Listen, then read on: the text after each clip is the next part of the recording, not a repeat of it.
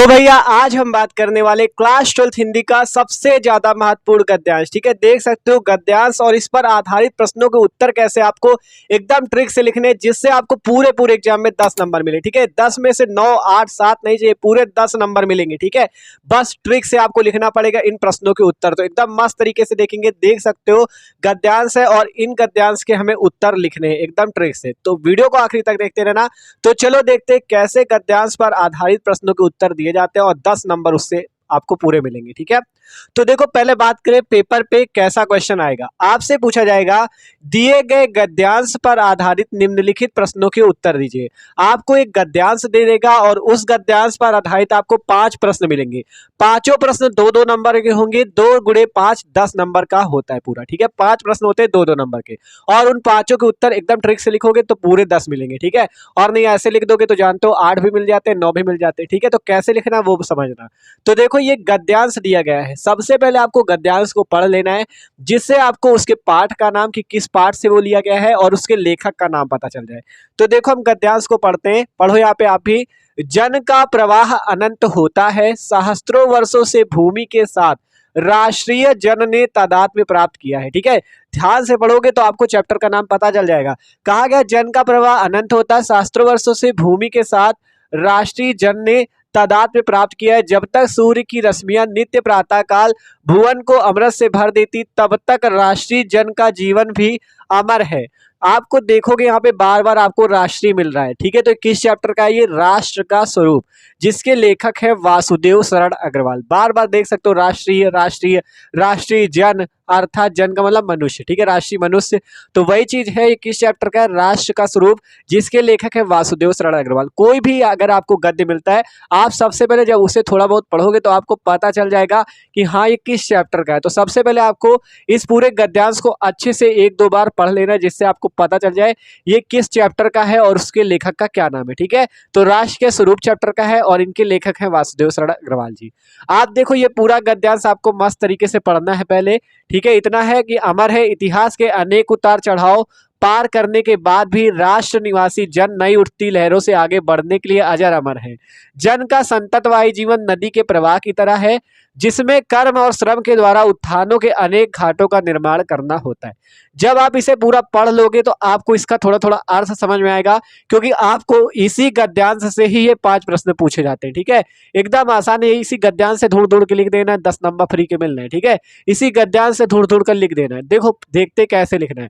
पहला प्रश्न है आपके पास, जन का प्रवाह किस तरह होता है। पहला प्रश्न है जन का प्रवाह किस तरह होता है। देखो ट्रिक से लिखोगे तभी नंबर मिलने हैं। ठीक है, अब आप डायरेक्ट लिख दो कि जन का प्रवाह अनंत होता है, ढूंढना तो इसी से। आपसे पूछा गया जन का प्रवाह किस तरह होता है, तो आपने देखा जन का प्रवाह अनंत होता है, आपने लिख दिया जन का प्रवाह अनंत होता है। आपको क्या एक लाइन लिखने के क्या 2 नंबर मिलेंगे? खुद सोचो, 10 नंबर का पूछा जाता है, डायरेक्ट लिख दोगे जन का प्रवाह अनंत होता है तो 2 नंबर कौन दे देगा यार? उसके बारे में कुछ और भी तो लिखना होगा। तो देखो पहला क्वेश्चन है जन का प्रवाह किस तरह होता है, तो आपको उसका उत्तर लिखना है जन का प्रवाह अनंत होता है। पहली लाइन पे तो यही लिखोगे जन का प्रवाह अनंत होता है। फिर क्या लिखोगे? इसका आशय यह है कि, इसका क्या आशय है या इसका अर्थ क्या है, थोड़ा सा उसके बारे में भी 1-2 लाइन लिख दो, जिससे आपको पूरे 2 नंबर मिले। क्योंकि यार 2-2 नंबर के 5 क्वेश्चन जब कुछ अच्छा लिखोगे तभी मिलेंगे। ठीक है, तो जन का प्रवाह किस तरह होता है? जन का प्रवाह अनंत होता है। फिर उसमें लिख सकते हो इसका आशय यह है कि जन का प्रवाह अनंत होता है, मतलब कि जन का प्रवाह। देखो राष्ट्र, इस चैप्टर पे आपको वासुदेव शरण अग्रवाल जी ने क्या बताया थोड़ा सा वो समझ लो। वासुदेव शरण अग्रवाल जी जो है उन्होंने बताया है कि जो राष्ट्र है, राष्ट्र का स्वरूप, मतलब चैप्टर का नाम है राष्ट्र का स्वरूप, तो राष्ट्र में मनुष्य किस टाइप से रहते हैं उसी के बारे में, उनकी संस्कृति के बारे में उन्होंने बताया। तो वही जन का प्रवाह अनंत होता है। इसका अर्थ यह है कि मतलब राष्ट्र में मनुष्यों का प्रवाह जो होता है वो अनंत होता है, अर्थात उनका आवागमन लगा रहता है। ऐसा कभी भी नहीं होता कि राष्ट्र में या किसी देश में मनुष्य ना हो। क्या आपने कभी देखा कि कोई भी देश या कोई भी राष्ट्र हो जहां पे मनुष्य ना हो? ठीक है, ऐसा तो कभी नहीं होता। तो वही चीज कहा गया जन का प्रवाह अनंत होता है, अर्थात मनुष्य हमेशा संततवाही होते हैं। ठीक है, मतलब कि वो उनका आवागमन लगा रहता है, मृत्यु होती है फिर जन्म होता है, तो इस टाइप से उनका आवागमन लगा रहता है, अर्थात उनका प्रवाह अनंत होता है। तो आप इसका अर्थ क्या, पहले उत्तर क्या लिखोगे? जन का प्रवाह अनंत होता है। इसका आशय यह है कि मनुष्यों का राष्ट्र में आवागमन लगा रहता है, पीढ़ी दर पीढ़ी जन्म मृत्यु लगा रहता है। इस टाइप से अपने हिसाब से बना के लिख सकते हो। देखो हम बता देंगे तो रट लेोगे, लेकिन रटना नहीं है। आप इतना समझे कि अनंत होता है, इसका मतलब क्या हुआ कि मतलब राष्ट्र में मनुष्यों का जन्म और मृत्यु होता रहता है, अर्थात उनका प्रवाह एक अनंत होता है, मतलब वो चलता ही रहता है। कभी ऐसा नहीं होगा कि वो खत्म हो जाए, मनुष्य ना हो राष्ट्र में, ये इसका मतलब है। तो मेन उत्तर तो यही है कि जन का प्रवाह अनंत होता है, लेकिन उसके बारे में एक दो लाइन आपको उसका अर्थ बताना है। क्या लिखोगे उत्तर? जन का प्रवाह अनंत होता है, अर्थात इसका अर्थ यह है कि ये इस टाइप से लिख सकते हो। तो उत्तर यही लिखना है, जन का प्रवाह अनंत होता है, इसका आशय यह है कि, और अपनी भाषा में जो आपको अर्थ बताया उसी को समझा के लिख देना है। ठीक है, पहला प्रश्न का उत्तर हो गया, समझ में आया होगा। अगला प्रश्न देखो, कहा गया दिए गए गद्यांश का शीर्षक एवं लेखक का नाम लिखिए। अब ये नहीं कि एक ही लाइन पे शीर्षक और लेखक का नाम लिख दिया, इसे भी मस्त तरीके से लिखना होगा, तब 2 नंबर मिलेंगे। सबसे पहले तो आपको हमने बताया शीर्षक का नाम क्या है, राष्ट्र का स्वरूप, तो यहां पर से आपने लिखा शीर्षक का नाम। ठीक है, क्या लिखा? शीर्षक का नाम।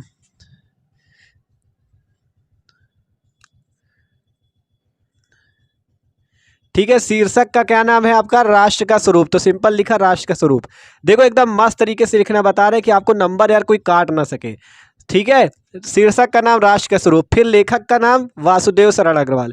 इतना लिखने के बाद भी आपको थोड़ा ट्रिक लगानी होगी। ठीक है, लेखक का नाम इतना सबसे पहले आपको लिखना है उत्तर पे, क्या नाम है? वासुदेव शरण अग्रवाल, वासुदेव शरण अग्रवाल। ठीक है, वासुदेव शरण अग्रवाल नाम है लेखक का हमारे। तो देखो सबसे पहले आपको जब इस वाले प्रश्न का उत्तर लिखना, दिए गए गद्यांश का शीर्षक एवं लेखक के नाम लिखिए, तो सबसे पहले ऊपर ब्लैक पेन से लिखना शीर्षक का नाम, हेडिंग पड़ेगी शीर्षक का नाम, फिर लिखना राष्ट्र का स्वरूप, फिर लेखक का नाम वासुदेव शरण अग्रवाल। इतना ही करके नहीं छोड़ देना, 2 नंबर लेना है। तो फिर उसके नीचे से क्या लिखोगे?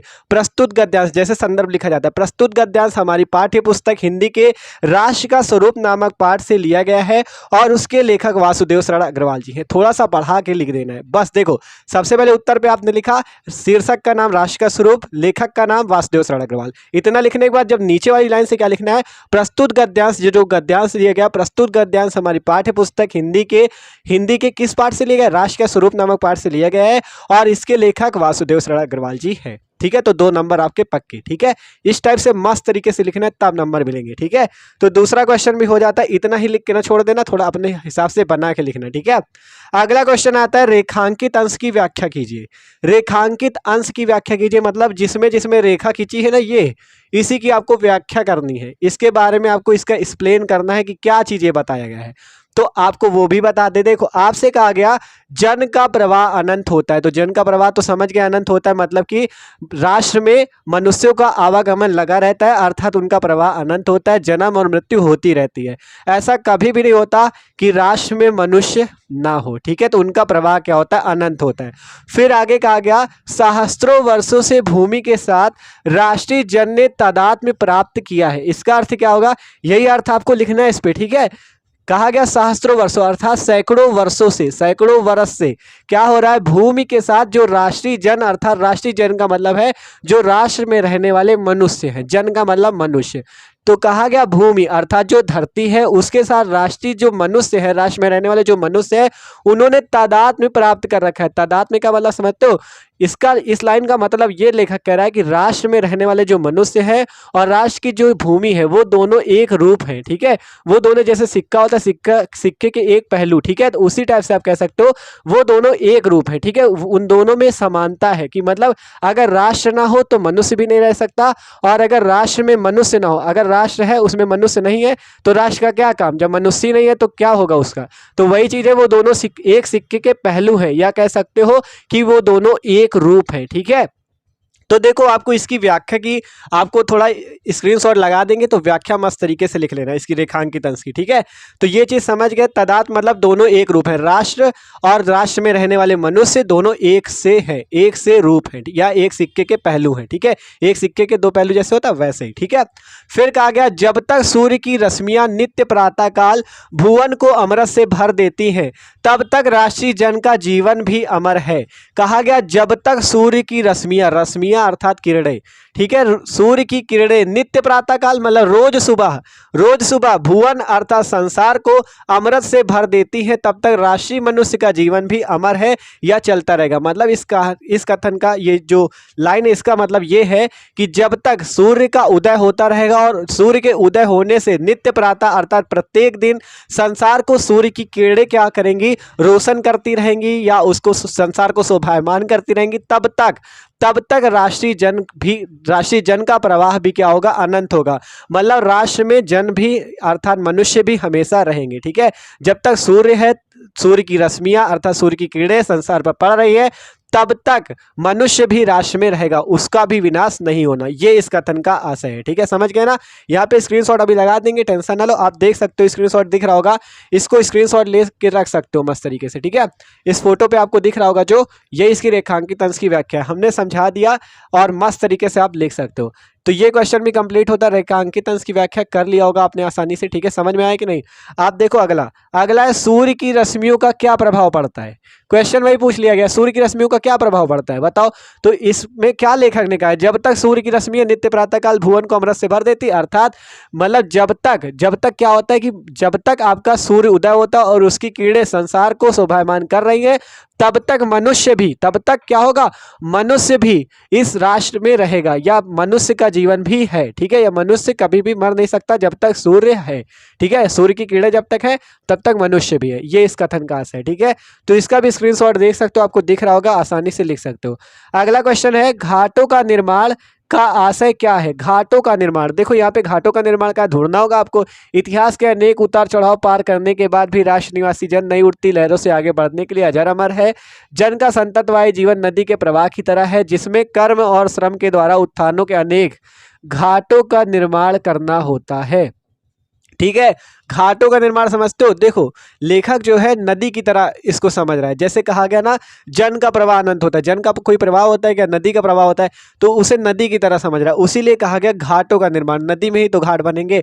ठीक है, तो आपने सुना होगा नदी में डेल्टा बनते हैं। देखो नदी में उतार चढ़ाव अनेक आते हैं, लहरें उतार चढ़ाव करती रहती है और उसमें डेल्टा बनना भी सुना होगा आपने। ठीक है, तो डेल्टा क्या होता है, जो डेल्टा बनता है नदी में उसका मतलब होता है नदी ने अपने पदचिन्ह छोड़े, जो मतलब पदचिन्ह छोड़े हैं कि जो उस पर उतार चढ़ाव आ रहे थे, लहरें उठ रही थी, उसी के पदचिन्ह उन्होंने छोड़े होते। ठीक है, नदी ने डेल्टा बनने पे। तो वही चीज है कि मनुष्य जब अपने अच्छे कर्म करता है, राष्ट्र के लिए कुछ करता है, तो उसके कुछ ना कुछ पदचिन्ह बन जाते हैं। ठीक है, जिनको लोग याद करते हैं कि हाँ भैया वो बहुत अच्छे आदमी थे। ठीक है, जैसे सुभाष चंद्र बोस हो गए, तो उन्होंने जैसे किया अच्छा, देश को आज़ादी दिलाई, तो उनका आज भी नाम है। तो उन्होंने क्या किया, अपना पदचिन्ह ही तो छोड़ा है। तो वही घाटों का निर्माण का मतलब पदचिन्ह वो छोड़ गए हैं। ठीक है, तो ये इसका आंसर है। घाटों का निर्माण का क्या है कि मतलब मनुष्य जब अच्छे कर्म करता है तो वो अपने कुछ पदचिन्ह छोड़ जाता है, इसलिए मनुष्य को राष्ट्र के लिए अपना मतलब योगदान देना चाहिए। ठीक है, तो इसका भी स्क्रीनशॉट देख सकते हो, आपको दिख रहा होगा, मस्त तरीके से लिख सकते हो। तो इस टाइप से लिखा जाता है मतलब प्रश्नों के उत्तर। बस ये याद रखो, एक लाइन पे उत्तर लिख दोगे तो कोई 2 नंबर नहीं देगा। देखो मेन उत्तर तो एक ही लाइन पे होता है, जन का प्रवाह किस तरह होता है, जन का प्रवाह अनंत होता है, इतना लिख दोगे तो कौन 2 नंबर देगा। इतना तो लिखना ही है कि जन का प्रवाह अनंत होता है, लेकिन थोड़ा बहुत अपने हिसाब से बना के लिख देना है अर्थ उसका जो है। ठीक है, 1-2 लाइन पे, और फिर इसी टाइप से आप सारे प्रश्नों के उत्तर दे सकते हो। तो आशा ये था। ठीक है, जरूरी नहीं कि यही आ जाए, इंपॉर्टेंट तो है तैयार करना, लेकिन अगर कोई भी आता है तो आपको समझ में आना चाहिए कैसे लिखना है। ठीक है, तो यार वीडियो अच्छा लगा हो तो लाइक कर देना और चैनल पे न हो तो सब्सक्राइब जरूर कर देना। डिस्क्रिप्शन पे प्लेलिस्ट मिल जाएगी, हिंदी, इंग्लिश, केमिस्ट्री, फिजिक्स में सारे सब्जेक्ट की मस्त तरीके से अपनी बोर्ड एग्जाम 2024 की तैयारी कर सकते हो। तो okay, thanks for watching this video. मिलते हैं किसी अगले वीडियो पे।